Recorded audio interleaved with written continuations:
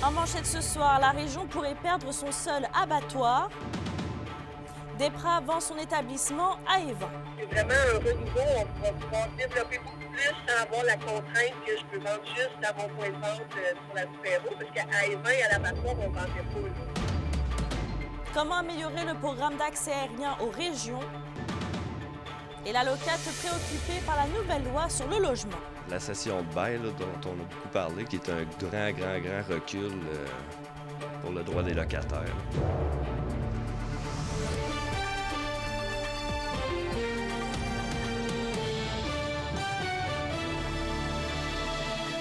Bonsoir tout le monde et merci d'être sur nos ondes. La boucherie Desprats, qui est située à Rouyn-Noranda, met en vente son abattoir. Entre contraintes gouvernementales et envie d'expansion, la décision pourrait en impacter plus d'un. Les explications avec Anthony Dallaire. L'Abitibi-Témiscamingue pourrait perdre son seul abattoir de proximité. C'est nous, à la base, Desprats, c'est une ferme d'élevage. On ne vient pas du milieu des viandes. La boucherie Desprats à Rouyn-Noranda a procédé officiellement à la mise en vente hier de son abattoir situé dans le quartier des Vins.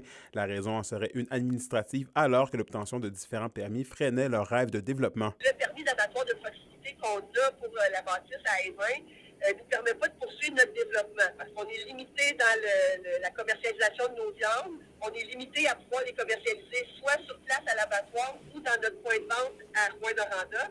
Mais je ne peux pas aller dans les marchés publics, je ne peux pas avoir un kiosque à la ferme, je ne peux plus croître. Le député bloquiste Sébastien Lemire a d'ailleurs réagi à la nouvelle. Pour lui, il est inacceptable que la région perde ce service. Il somme d'ailleurs les gouvernements d'agir rapidement pour maintenir ces services de proximité. Mais c'est pas le seul abattoir qui est en vente au Québec actuellement. Là. C'est donc dire que c'est un problème qui est un peu plus large.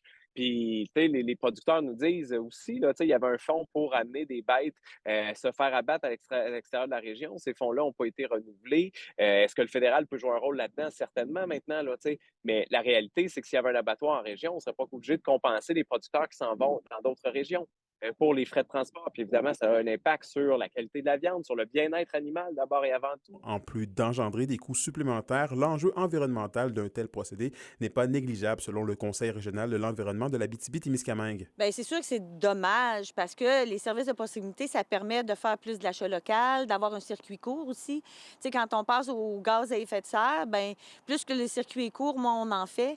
Fait que, tu sais, c'est une bien mauvaise nouvelle si ça fermait. C'est une centaine d'entreprises qui faisaient affaire avec cet abattoir. L'année dernière, c'est 350 abattages qui ont été effectués. On espère donc trouver rapidement quelqu'un pour reprendre les rênes. L'abattoir, là, présentement, on reste en opération tant que c'est pas vendu. Dans le fond, quelqu'un qui voudrait continuer, avec un abattoir de proximité, le besoin est quand même là.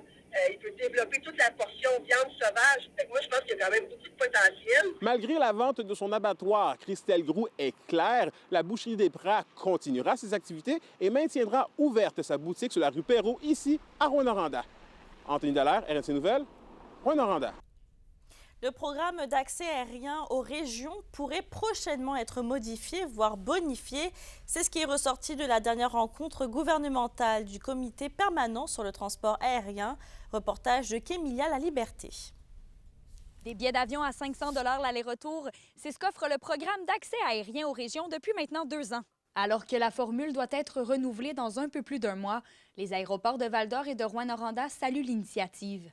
Ils considèrent toutefois qu'une attention particulière devrait être accordée à l'offre aérienne. Ce qui est important, si on veut bénéficier de ce programme-là, il faudrait qu'il y ait une meilleure desserte aérienne. Les gens l'utilisent, mais ils l'utiliseraient encore plus si on avait plus de vols à notre horaire. De vouloir élargir ou de modifier les critères d'admissibilité, de bonifier ça, c'est une bonne idée. Mais c'est une des mesures. C'est une mesure temporaire. Ça ne règle pas la qualité ou la fréquence de la desserte. Le comité permanent sur le transport aérien évalue aussi l'option de faciliter le transport interrégional sans automatiquement avoir à passer par les grands centres. La Chambre de commerce et d'industrie de Rouyn-Noranda considère que ce sont des mesures qui pourront améliorer la connectivité aérienne en région, ce qui pourra favoriser le tourisme ainsi que le commerce et les échanges dans les différentes régions. Comme le domaine aérien n'est pas épargné par la pénurie de main-d'œuvre, la ville de Rouyn-Noranda cherche toujours des solutions pour assurer de meilleurs services. On parle d'une école d'aviation, bon, on parle peut-être de relève, ces choses-là. Il y a beaucoup de choses à mettre en place. La mairesse Dallaire siège d'ailleurs sur le comité de transport aérien régional de l'Union des municipalités du Québec et rappelle l'importance du rôle des gouvernements provincial et fédéral dans le dossier. C'est certainement qu'il y aura des sommes à investir des gouvernements, des deux gouvernements. Kémilia Laliberté, RNC Nouvelles, à Val-d'Or. Vos réponses à la question du jour TVA. Une présentation de la Clinique infirmière Nord-Ouest partout dans la région. Nous vous offrons des consultations rapides avec des infirmières et infirmières praticiennes spécialisées et un nouveau service de téléconsultation. Contactez-nous pour plus d'informations ou visitez notre site Web. Et à la question du jour, on vous demandait, avez-vous utilisé des billets d'avion aller-retour à 500 $? Vous avez répondu non à 80%.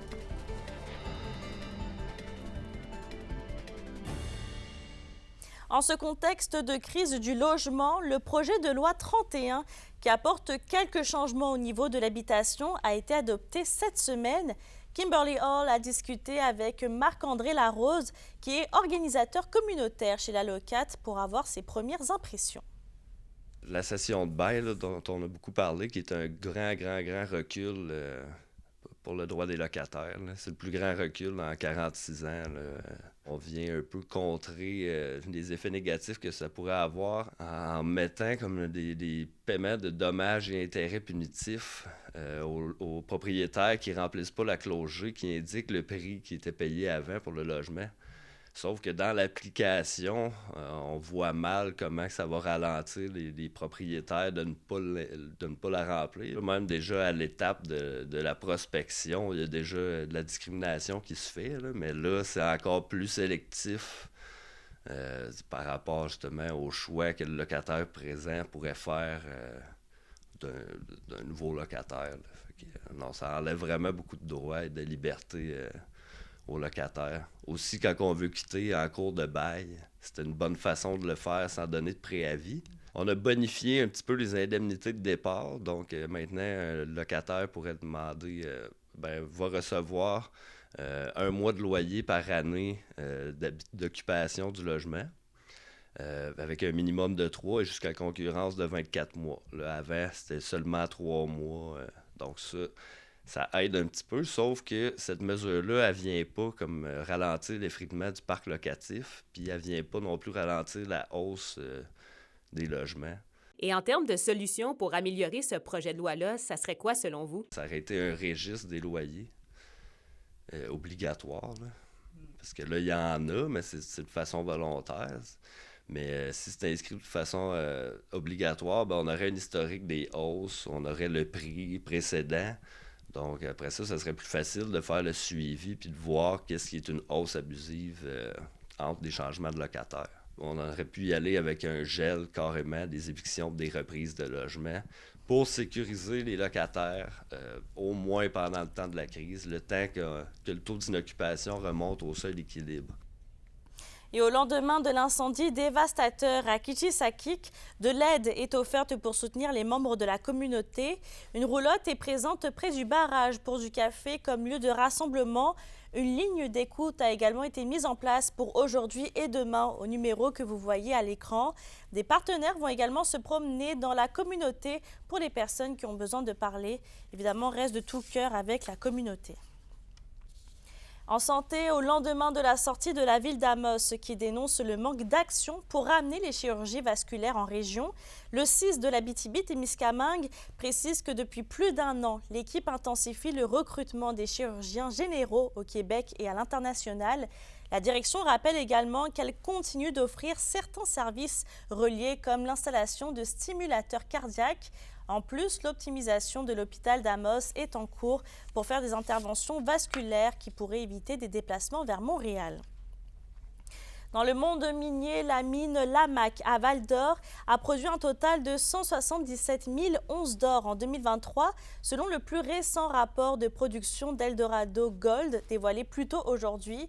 Un nombre record de ce métal a été produit au 4e trimestre et il s'agit d'une hausse par rapport à 2022 où 174 000 onces d'or avaient été extraits.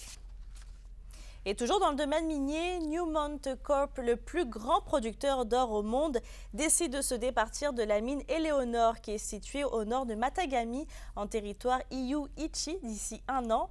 La raison est la réduction de dettes. L'annonce se fait suite à l'acquisition de Newcrest Mining par Newmont pour la somme de 15 milliards de dollars. Et l'Union des producteurs agricoles de l'Abitibi-Témiscamingue ne comprend pas le manque à gagner qu'impose la financière agricole à ses membres, victimes de pertes au champ l'été dernier.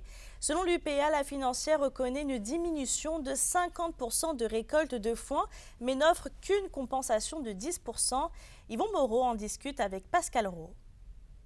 On nous a dit ce matin que 6 millions de dollars avaient été remis aux agriculteurs de notre région. C'est un gros chiffre, là, mais vous, ça ne vous impressionne pas là, aujourd'hui?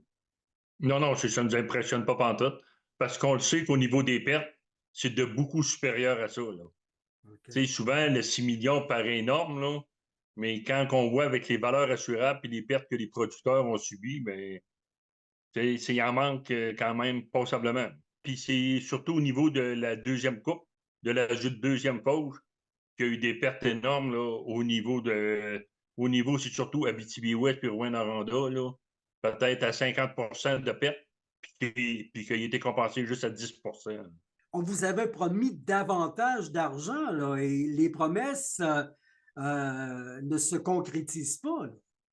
Mais non, parce que le ministre est venu faire son tour en région au mois d'août, puis on a fait le tour des champs, puis déjà, il voyait qu'il y avait une problématique.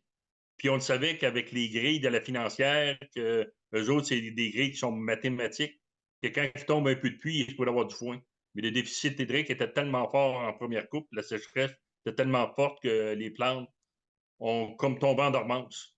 Ou si elles ne sont pas poussées. Fait que le ministre, il nous avait dit qu'il allait tirer le cadre de la financière puis le cadre des études au maximum. Puis c'est pas ça qu'on a vu, là. L'agriculture est en péril dans notre région? Oui, l'agriculture est en péril, puis l'agriculture, c'est difficile à la grandeur du Québec. Puis on le voit, qu'est-ce qui se passe en Europe, là. Puis c'est rien que peut-être quelques années avant nous, là. À un moment donné, s'il n'y a pas un coup de barre pour aider l'agriculture, pour supporter les producteurs, puis on le sait qu'une région comme la nôtre, c'est de plus en plus c'est difficile à cause des distances puis des normes, puis pas de circuit d'abattage et ainsi de suite. Fait que là, faut qu'il y ait un support des gouvernements, là. Parce que je pense qu'on est une belle région, qu'on peut se développer énormément. Il y a un grand potentiel, mais ça prend un support. C'est pas une priorité, l'agriculture. C'est une question qu'on se pose. C'est vraiment une priorité. Dans le temps de la pandémie, on était beau et on était fin, mais on dirait que ça, ce discours-là, comme disparu, là. Fait que là, on pense des fois à des grandes industries, puis on va investir là-dedans. Je pense que notre agriculture locale doit être supportée, puis on doit investir dedans. Les producteurs laitiers, ça ne marche pas à batterie, hein? Non, les producteurs laitiers, les producteurs bovins, ça ne marche pas à batterie, là. Ça prend des investissements, c'est de l'État. On est prêt à investir. Je pense qu'on est là, puis on est prêt à produire.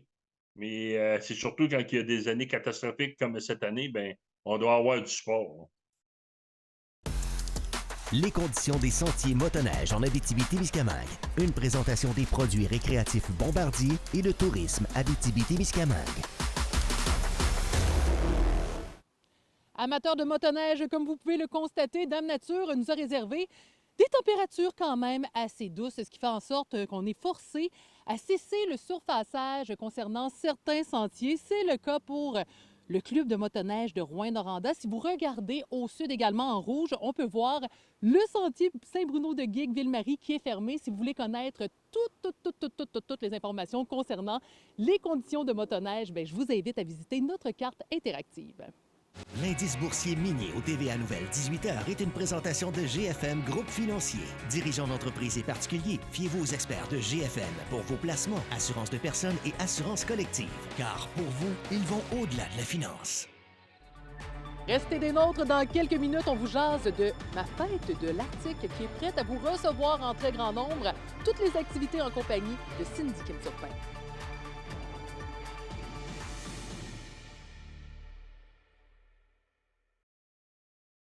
Les SADC de l'Abitibi-Témiscamingue et du nord du Québec vous présentent la bonne nouvelle économique TVA. Le 15 février se tenait à la Sarre le colloque de la Chaire Desjardins en développement des petites collectivités sous le thème Comment faciliter le pouvoir d'action des entreprises sur la qualité de vie et l'attractivité de leur milieu. Plus de 70 participants ont échangé sur la valeur de l'engagement communautaire des entreprises, des actions visant à répondre aux enjeux de la protection de l'environnement, un facteur important dans la rétention de la main-d'œuvre.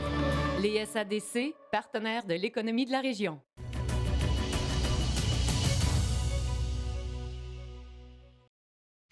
La chronique culturelle vous est présentée par Bruno et Jasmin Leclerc, denturologistes. Des cliniques à la fine pointe de la technologie pour vous servir à La Sarre et à Amos. Stéphanie, c'est demain que ma fête de l'Arctique de Malartic lance ses activités. Oui, c'est demain et samedi que les gens vont pouvoir venir profiter des joies de l'hiver à l'extérieur. C'est tellement magnifique, ça n'a pas de bon sens. Écoutez, on a encore une fois cette année une belle programmation avec tout plein d'activités qui vous attendent. Voici ce qu'on vous réserve. Ma fête de l'Arctique qui commence dès demain. Est-ce qu'on est fébrile? Est-ce qu'on est excité de recevoir les gens, Cindy? Oui, comme à chaque année, on a très hâte de recevoir tout le monde. On a plein d'activités pour tous les goûts. Et parlant d'activités, on peut s'attendre à quoi au juste comme programmation? Bien, tout d'abord, demain, on a la marche au flambeau avec le club plein air. On a aussi le Dragon des Neiges, mais malheureusement ou heureusement, c'est complet. Donc, les gens qui sont inscrits vont pouvoir se présenter. Et à 20h, on a aussi les feux d'artifice. Puis, il va y avoir le bar, la banquise de l'Arctique qui va être opérée par la Société de développement économique de Malartic. Il va y avoir aussi la terrasse Agnico Eagle où il va y avoir du chocolat chaud et du café. On va même avoir le droit à un spectacle, les deux Pierrot, justement, qui vont venir nous présenter de la bonne musique. On peut se dire que c'est vraiment pour tous les genres, tous les âges, dans le fond, cet événement-là. Là. Oui, c'est pour tous les âges. Dans le fond, c'est comme les gens qui ont déjà été aux deux Pierrot vont pouvoir retrouver leurs vieux souvenirs en venant à ce spectacle-là. C'est déjà presque complet. Il reste juste des billets debout. Là. Ça s'est très bien vendu. On voit sur les réseaux sociaux que tout le monde a bien hâte de venir passer la soirée avec nous, là, samedi soir à 20h au Théâtre Méglab. Et là, on parle de billets, Cindy Kim. Comment ça marche au juste si on veut venir faire un petit tour sur le site comme ça? Comment on fait? Est-ce qu'on achète les billets sur Internet? Est-ce qu'on a des billets à l'entrée? Est-ce que c'est gratuit, tout dépendamment des activités? Oui, toutes les activités sont gratuites cette année. En fait, depuis le début, on a la majorité de nos activités qui sont gratuites, à l'exception du spectacle. Puis, il y a peut-être la tire d'érable là, qui va avoir un coût. Mais sinon, là, tout est gratuit là, sur le site. Donc, les gens n'ont rien à se procurer, ils se présentent, puis on les accueille. Et qu'est-ce qu'on dirait à ces gens-là pour les inviter à venir prendre part à l'événement? On dirait, peu importe la température, venez jouer dehors avec nous. Et Stéphanie, c'est ce soir le Théâtre du Rift de Ville-Marie qui reçoit l'humoriste Marthe Laverdière. Oui, puis je peux même vous dire que ça a été mon plus grand coup de cœur de 2023. Quelle femme attachante et généreuse. Écoutez, Marthe Laverdière qui vient nous présenter son One Woman Show. Marthe Laverdière fait son show. Elle est de passage demain au Théâtre du Cuivre de Rouyn-Noranda pour ensuite prendre la route vers Amos, ensuite La Sarre. Il y a une part des cachets amassés grâce à ces spectacles qui seront versés à la Fondation Marthe Laverdière, qui est une initiative qui a été mise sur pied grâce à sa petite-fille Jeanne. Jeanne, elle a le syndrome de Rett, ma petite fille, mais on donne pour tout enfant malade. Puis là, nous autres, on donne de 0 à 16 ans, selon notre charte. Fait que s'il y en a qui ont des besoins, vous allez sur martelaverdière.com puis vous faites votre demande. Ça nous fait plaisir de vous envoyer des sous puis de vous aider. L'autre partie de mon rêve, c'est de ramasser avec ce show-là assez pour une maison de répit sur la Rive-Sud. Parce que dépasser 16 ans, ils tombent comme dans un no man's land.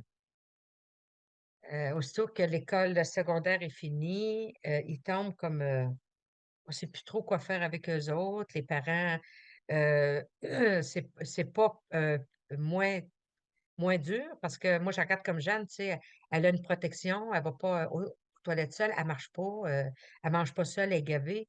Donc, ceux qui sont comme Jeanne, puis autre chose aussi, qui se ramassent à 16 ans puis qui n'ont plus d'aide du gouvernement, à part l'argent monétaire, bien sûr, là, la pension d'handicapé, c'est ce qu'elle a, mais c'est compliqué. Donc, si on peut réussir à ramasser assez pour créer une maison de répit, pour aider les parents, pour leur donner du temps. Tu sais, si les gens peuvent comprendre ça, ils vont comprendre bien des choses sur le vécu de ces parents-là.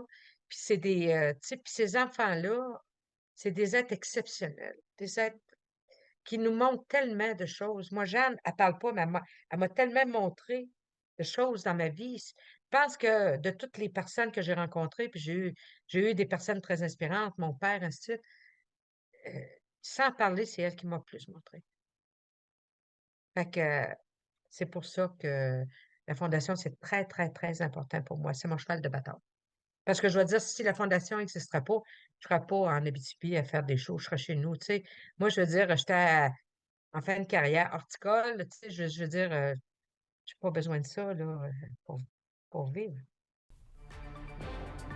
On met la table dans un instant sur le duel de la 117 ce soir au centre Annico Eagle de Val-d'Or. Le match est crucial pour les foreurs qui luttent toujours pour une place en série.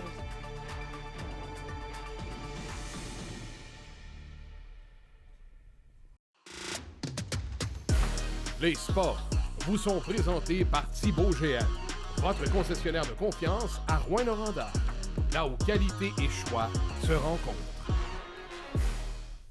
Les amateurs de hockey de la région auront le droit à un duel de la 117 ce soir à Val-d'Or.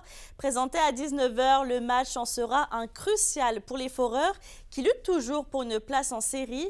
Le Vert et Or occupe la dernière place du classement général à 6 points d'un billet pour les éliminatoires.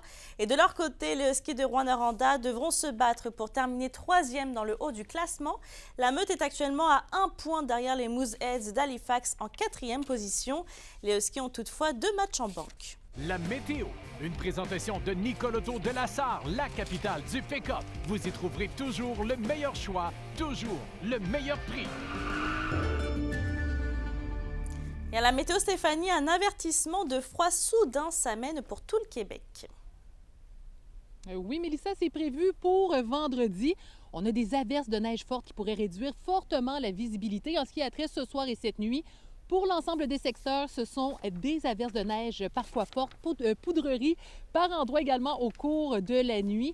On a une accumulation de 2 cm par endroit, minimum de moins 17 pour le nord, un minimum de moins 14 pour le sud. Demain, averses de neige qui cessent le matin pour le nord avec un maximum de moins 14. Des averses de neige parfois fortes cessant en mi-journée du côté du Témiscamingue avec un maximum de moins 15. Et le retour du soleil est prévu pour samedi avec moins 10 degrés pour l'Abitibi et moins 11 degrés pour le Témiscamingue. Passez une excellente soirée. Merci Stéphanie. Je termine avec la Fonderie Horn qui annonce le début des travaux en prévision de la restauration du parc à résidus Quémont 2 à Rouyn-Noranda. 8 bermes stabilisatrices seront installées pour renforcer les digues existantes et ils déposeront des agrégats pour assurer une stabilité à long terme. Sur ce, je vous souhaite de passer une très belle soirée. On se retrouve demain.